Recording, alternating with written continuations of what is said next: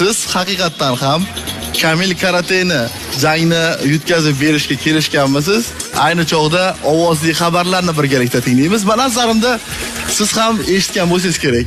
Qani ketdik. Albatta. Siz ishlaringiz joyidan albatta.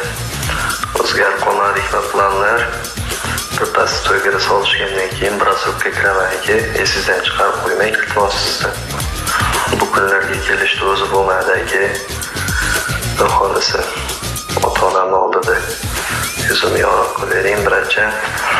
Brat, assalomu alaykum. Zo'r berishimdan 2 minutdan nariga kuchim yetmaydi. Qiynab qo'ymang.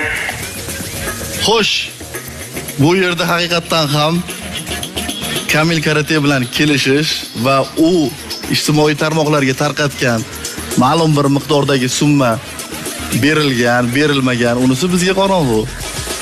Keling, oydinlikni o'zingiz kiriting. Nimaga gapirilishi kerak bo'lgan gaplar odatiy savol berilishi mumkin bo'lgan. Endi Kamil karateni tajribasi juda ham katta. Men esa yosh chiqib kelayotgan sportchi. Uni yutishi uchun katta pul tikilgan.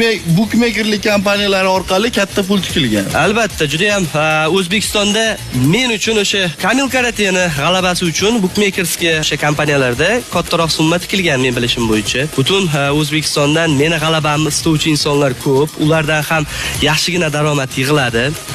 Kamil karate g'alaba qozonishi kerak. Qo'limiz ko'tarilganda oktagonliga juda ham katta zarar ko'rgan bo'lardi birinchidan.